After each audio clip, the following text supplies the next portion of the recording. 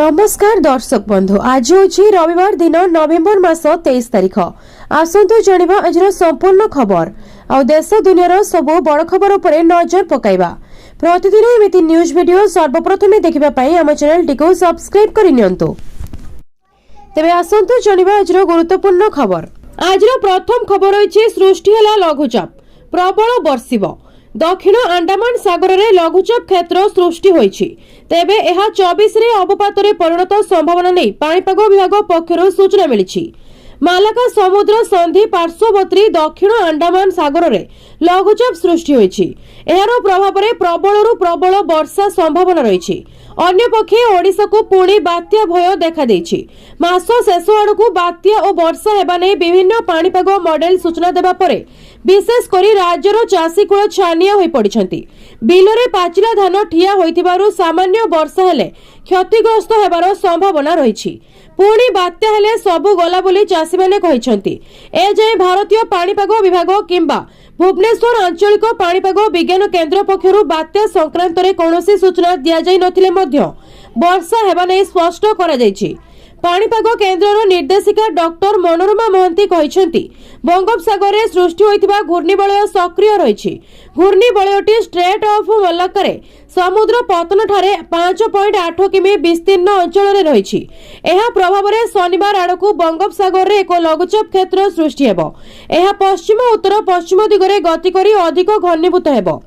परवर्ती खबर अछि ओभर टाइम रे 2 गुणा मजूरी, वर्षे चाकरी परे ग्रेचुइटी। 29 रे पुराना कालिया श्रम नियम रे संशोधन। देश रे कोटी कोटी कर्मचारी और श्रमजीवी को केंद्र सरकार को भेटी श्रम आईन ले बड़ परिवर्तन घोषणा करिसेंती श्रम मंत्री। एही आईन रे परिवर्तन अनेक कर्मचारी और श्रमिकों मन रे खुशी भरी देछि। 29 टी पुराना कालिया श्रम नियम स्थान रे संशोधित आईन कार्यकारी हेबो। समस्त कर्मचारी को सामाजिक सुरक्षा प्रदान करबा को एभली निष्पत्ति निया जायछि। नजर पकांतु एहा द्वारा कोन लाभ पाइबे कर्मचारी। ओभर टाइम रे 2 गुणा मजूरी, वर्षे चाकरी परे कर्मचारी को ग्रेचुइटी सुविधा पूर्वरु ग्रेचुइटी पाई कर्मचारी को 5 वर्ष अपेक्षा करबा को पड़ुथिला। वर्ष को थरे कर्मचारी को मागणा स्वास्थ्य जांच सुविधा निर्दिष्ट समय पाई नियुक्त कर्मचारी को स्थायी कर्मचारी को भली सुविधा जोगाई दिया जिवो। स्थायी कर्मचारी को भली छुट्टी, मेडिकल सुविधा और सामाजिक सुरक्षा सुविधा मिलिबो। समान काम पाई समान पाउणा मिलिबो। सबु क्षेत्र रे महिला को राति रे काम करबा को अनुमति। युववर्गों पाई सर्वनिम्न वेतनर ग्यारंटी रहिबो। दैनिक कार्य समय 8 रु 12 घंटा मध्य रहिबो। सप्ताह को सर्वाधिक 48 घंटा ओभर टाइम कले 2 गुणा अधिक मजूरी मिलिबो। परवर्ती खबर अछि ईपीएफओ रे हेबाकु जाउछि बड़ परिवर्तन, बढ़िबो दरमा सीमा। जानतु केते देशर लक्ष लक्ष कर्मचारी ईपीएफओ सहित जड़ित। सेमानकर पीएफ अकाउंट एक संचय अकाउंट भाबरे कार्य करे। छोट मासिक डिडक्शन दीर्घकालीन भाबरे बहुत उपयोगी प्रमाणित हुए। सरकार बारंबार ईपीएफओ नियम परिवर्तन करती जहां लक्ष लक्ष पीएफ अकाउंट धारी को प्रभावित करे। ईपीएफओ रे जोग देबा पई सरकार एक दरमा सीमा निर्धारण करिसेंती। जदि नूतन सीमा कार्यकारी हुए तेबे 10 मिलियन रु अधिक कर्मचारी अवसर पांठी एवं पेंशन सुरक्षा द्वारा कभर हेबे। वर्ष वर्ष धरी दरमा गठन परिवर्तन होइछि। पुराना नियम और कर्मचारी को आवश्यकता पूर्ण करुनाही। एही कारणरू दरमा सीमा वृद्धि पाई प्रस्तुति चलिछि। वर्तमान ईपीएफओ रे जोग देबा पाई बाध्यतामूलक दरमा 15,000 टंका अटे। तथापि सरकार याकू वृद्धि करने को गंभीरतार सहित विचार करुछंती। नुआ परिवर्तन अनुसार एही सीमा 25,000 को वृद्धि कर जाई पारे। जदि एहा हुए तेबे सबुठारु भल लाभ सही कर्मचारी को मिलिबो जो मानकर मूल दरमा 15,000 रु टिकिए अधिक एवं जो माने वर्तमान ईपीएफ एवं ईपीएस कवरेज व्यवहार करिसंती बाहरे अछंती। सीमा वृद्धि सेमानकु सीधा सड़क ईपीएफओ रो परिसर को आनिबो।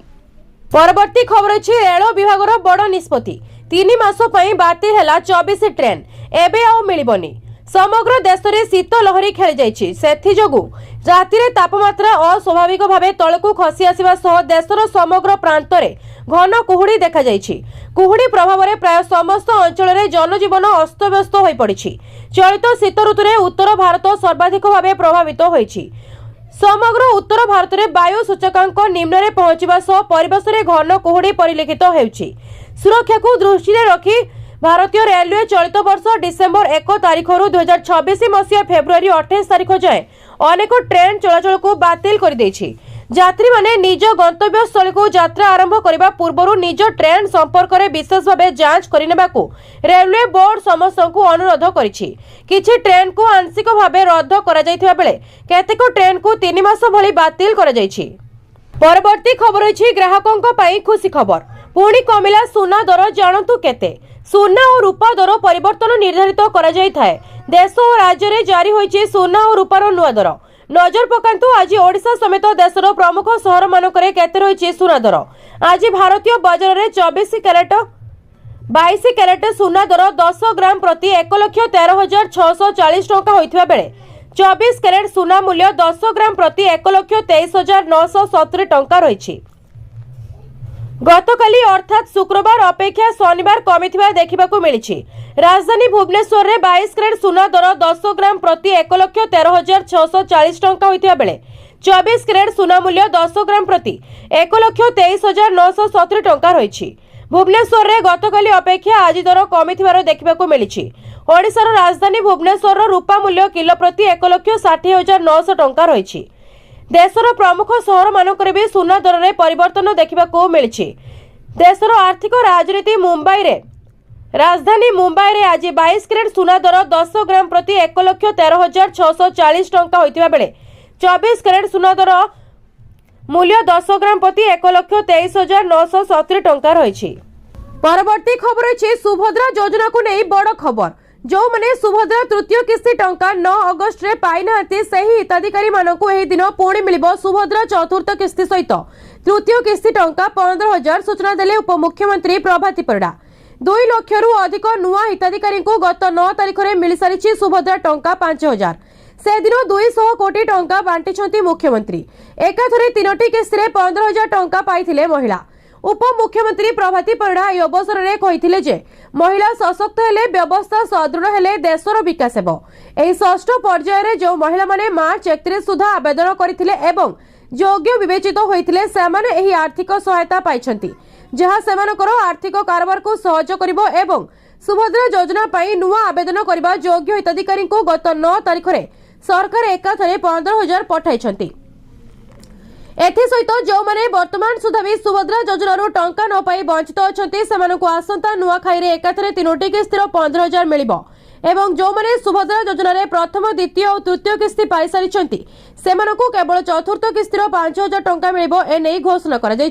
परवर्ती खबर अच्छी आसिला खुशी खबर। जो मैंने 19 नवेम्बर रे पाई नांती तांको मिलिबो पीएम किसान 2,000 टंका। जानतु जरूरी सूचना प्रधानमंत्री किसान योजनार 21तम किस्ती नवेम्बर 19 तारिख रे जारी होई सारिछि हेले जो माने एही दिन पाई नांती तांको पई खुशी खबर। एहा द्वारा कोटी कोटी चासी मानकु एक बड़ आश्वस्ति मिलिबाकु जाउछि। जदि आपण माने प्रधानमंत्री किसान सम्मान निधि योजनार हिताधिकारी तेबे आपणको अकाउंट को खूब शीघ्र 2,000 टंका स्थानांतर कराजियो बोली सरकार सूचना दैछंती। सूचना अनुसार प्रधानमंत्री किसान योजनार 21तम किस्ती नवेम्बर 19 तारिख रे चासी को अकाउंट को स्थानांतर करा जायछि। पूर्वरु 20तम किस्ती अगस्त 2025 रे पठा जायथिला पुणी मिलिबो जो चासी नवेम्बर 19 रे पाई नांती तांको। सरकार स्पष्ट करिसेंती जे केवल सही चासी मानकु ए किस्ती मिलिबो जो माने प्रधानमंत्री किसान सम्मान निधि पोर्टल ले पंजीकरण समाप्त करिसेंती एवं जहांको पाखरे कृषक परिचय पत्र थिबो। एपरि समय जो चासी माने ए पर्यंत ए प्रक्रिया गुड़िक समाप्त करिनांती से माने यथाशीघ्र पंजीकरण करिनेबा उचित लाभ पाइबा पई आउ ई केवाईसी मध्य करिनांती तेबे करिनेबा उचित नहले पीएम किसान टंका अटकी जाई पारे। परवर्ती खबर अछि पेट्रोल एवं डीजेल दर रे सामान्य परिवर्तन। जानतु आजिर दाम पेट्रोल एवं डीजेल दाम रे सामान्य परिवर्तन। ऑयल मार्केटिंग कंपनी माने देशर समस्त राज्य पई पेट्रोल डीजेल दाम जारी कर दैछंती किंतु आज पेट्रोल और डीजेल मूल्य परिवर्तन होईछि। प्रतिदिन तेलर नुआ दर निर्धारण करा जाय थाए हेले भुवनेश्वर रे कमिछि पेट्रोल एवं डीजेल दाम। आज भुवनेश्वर रे पेट्रोल दर 101 टंका 19 पैसा रहितबा बेले डीजेल दाम प्रति लिटर पिछा 92 टंका 76 पैसा रहिछि। सेहीपरि दिल्ली रे पेट्रोल लिटर पिछा 94 टंका 77 पैसा रहितबा बेले डीजेल दर 87 टंका 76 पैसा रहिछि। मुंबई रे पेट्रोल लिटर पिछा 103 टंका 50 पैसा थिबा बेले डीजेल लो लिटर पिछा 90 टंका 3 पैसा रहिछि। सेपरि डीजेल दर 92 टंका 2 पैसा रहिछि। चेन्नई रे पेट्रोल दर 100 टंका 90 पैसा थिबा बेले